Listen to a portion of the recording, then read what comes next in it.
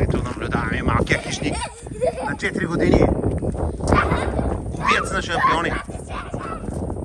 Дай, тате. Дай, покажи им на мърдите как се става шампион. На 4 годинки Атина. Дай, тате, давай. Внимателно.